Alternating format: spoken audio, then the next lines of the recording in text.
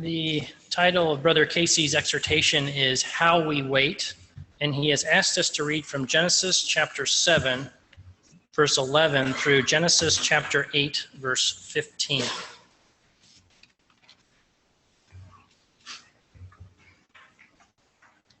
Genesis chapter 7, beginning in verse 11. In the 600th year of Noah's life, in the second month, on the 17th day of the month, on the day all the fountains of the great deep burst forth, and the windows of the heavens were open, and rain fell upon the earth 40 days and 40 nights. On the very same day, Noah and his sons, Shem, Ham, and Japheth, and Noah's wife, and the 3 wives of his sons with them, entered the ark.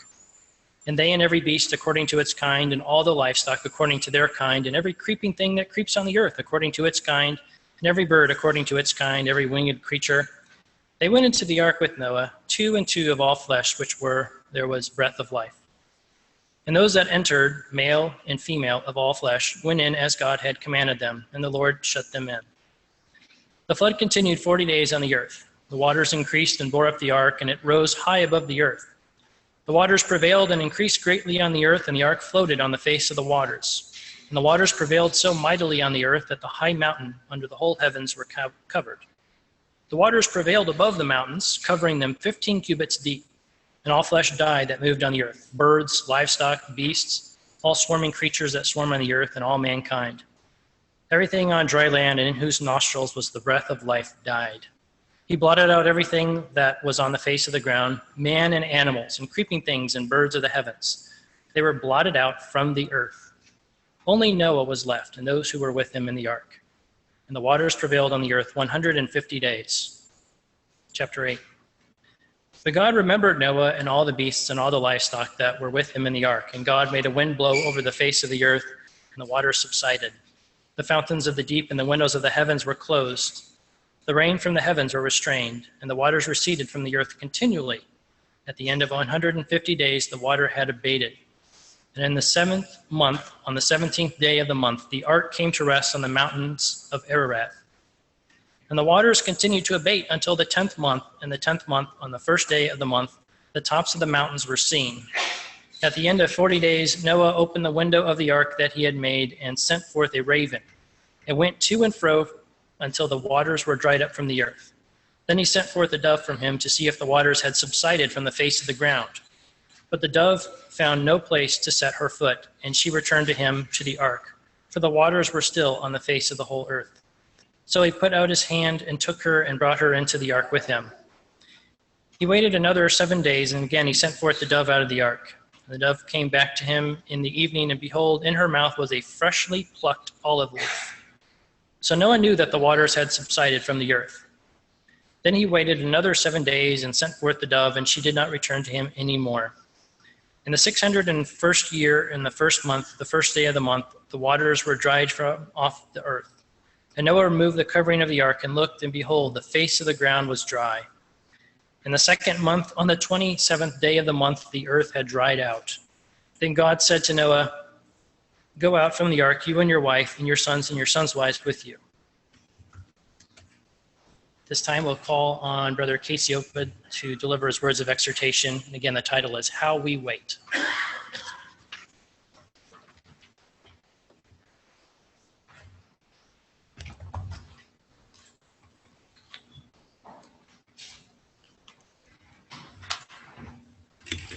Good morning.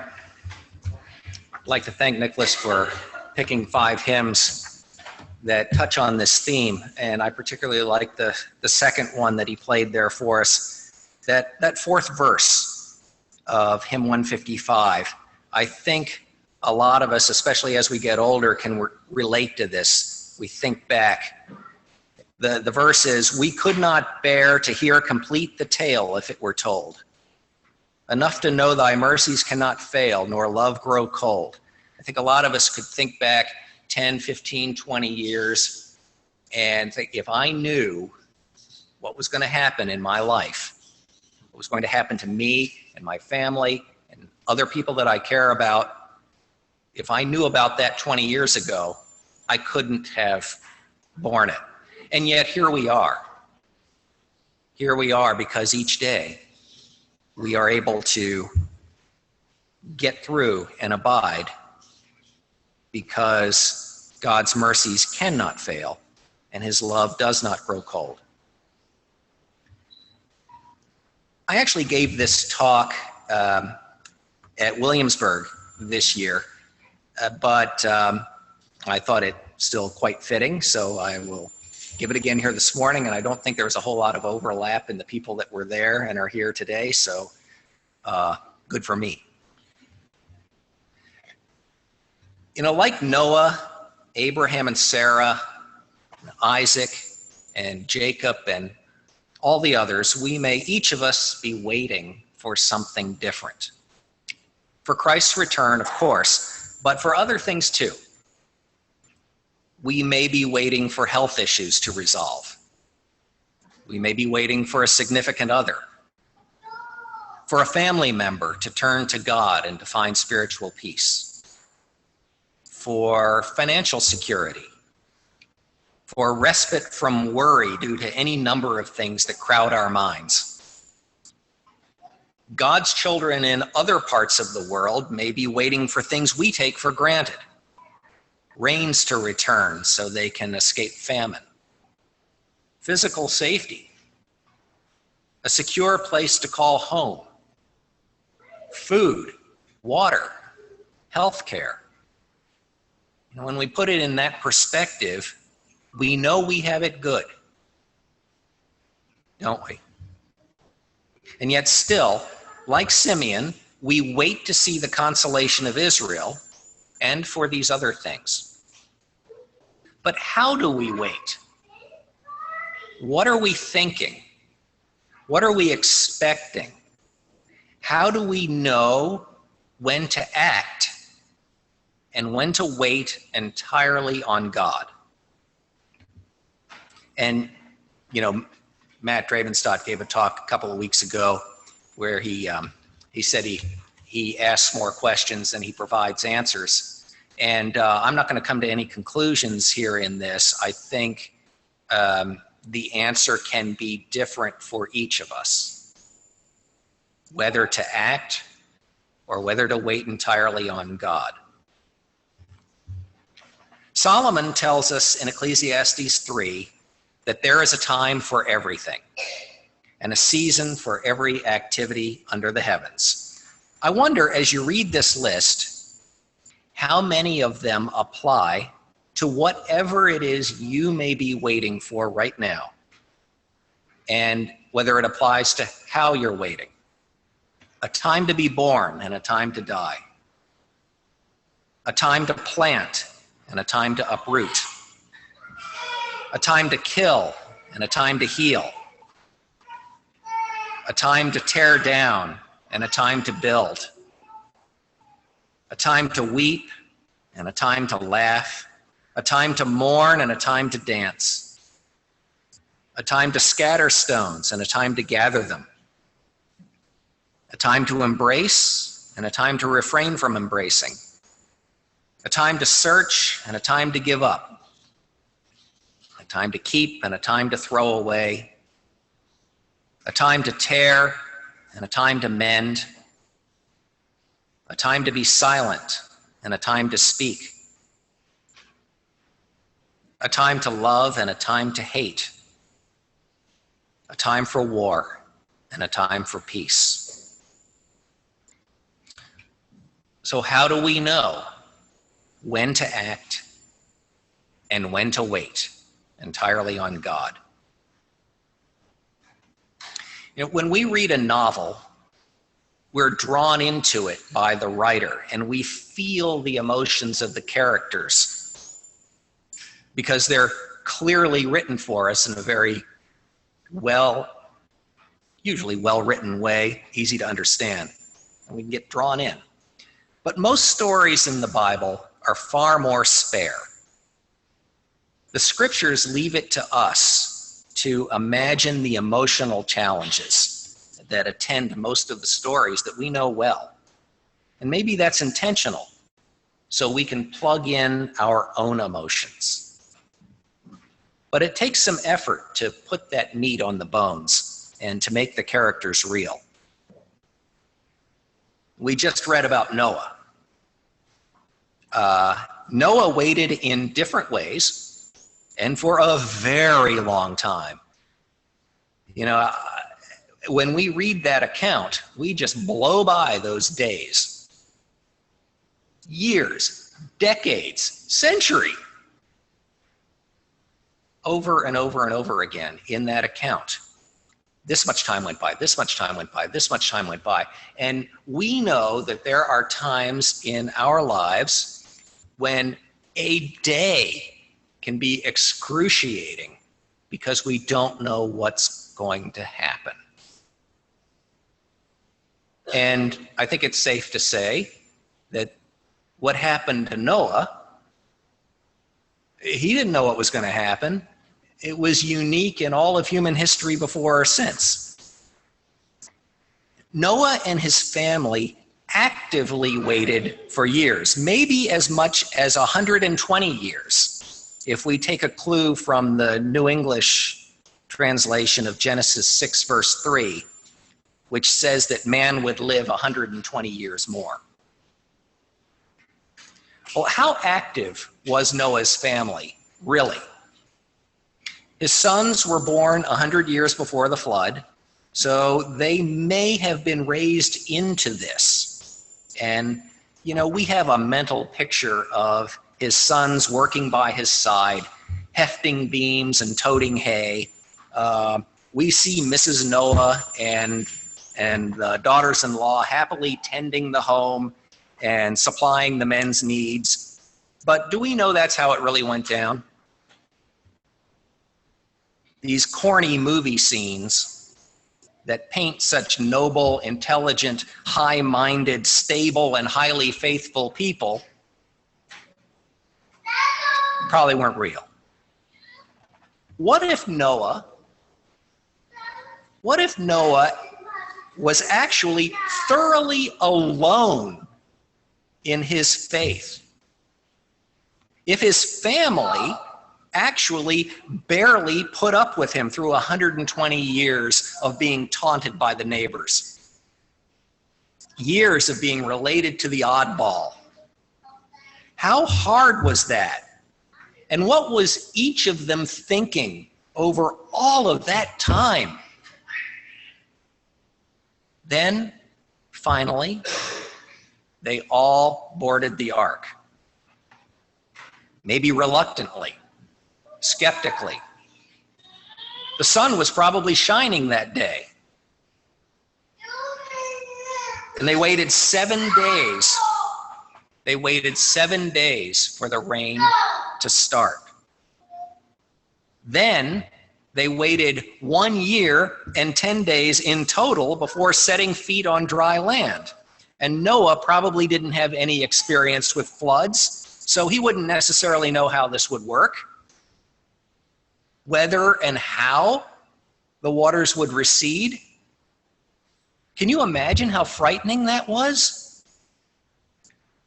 We get the very faintest sense of this as we're told about 40 days of rain. He didn't know it would stop on day 40. Then 150 days. And then another 40 days on Ararat. Then 7 days and 7 days more between birds. And then more time before being told to leave. What was each day like? How pleasant was his family in these close quarters? How many reasons did Noah have for wanting to get off of that ark? But at this point, what could he do other than wait? For 120 years, it was right to work, to actively participate in God's plan, to follow the instructions he was given. Then, once in the ark, other than tending to the needs of the animals, there was nothing he could do other than wait to see what God would do and when and how. but it was almost certainly terrifying and claustrophobic, a time that tested everyone to the brink. Interestingly, he also waited to be told when it was okay to put down the gangplank and step off.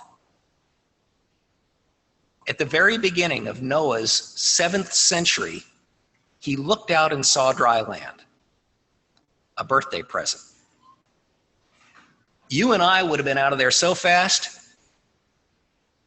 but he waited 57 more days until God said, okay, now everything's dry, you can leave. Why did he wait? Was he told by God to wait? Doesn't say so. How hard was it to wait? Did he have to bar the door to keep his family inside? Why? You know, we can read about these days and weeks and months and years and decades in a couple of minutes. We just did. But stop and wonder, what were they thinking over all of that time? How did their emotions change? These were real people. Genesis 5 also creates some questions. Noah was awfully old when his sons were born, even relative to others of his generation. There is no mention of other kids, but there might have be room to infer them. Shem, Ham, and Japheth, are they triplets? Were 100 years old at the time of the flood. Did they have children? Noah's father, Lamech, died at a relatively young 777 years, apparently 5 years before the flood. But Noah's mother may have still been alive. And he had many, many siblings. So did his wife. So did his sons' wives. The story is pretty straightforward. What we're not told about is all of the heartache and anguish that all of these uninvolved relatives would have created. How much energy went into trying to convince them over the many years that the ark was being built? How much energy went into listening to them say that he was crazy? Maybe they were too. How much mental energy went into worrying about them? And then, when the flood came and it really hit home what was happening to them,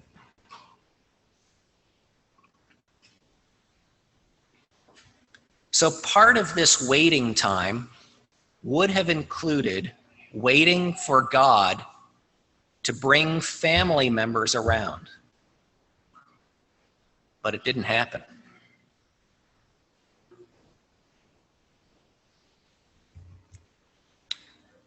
Abraham and Sarah waited, but not always successfully. Their waiting sometimes became active, and that was a mistake. Abraham and Sarah and Zechariah and Elizabeth waited years for a child. But so did others who remained barren. We're not told about them, but over a couple thousand years, we know it must be true that others prayed and waited and remained barren. John and Jesus both spoke very bluntly to and about the Pharisees. But at the most critical time, Jesus chose to remain silent. Then, on the cross, he waited for death to come. But he waited actively, continuing to teach and support even through his agony. The man by the pool of Siloam waited 18 years to be healed.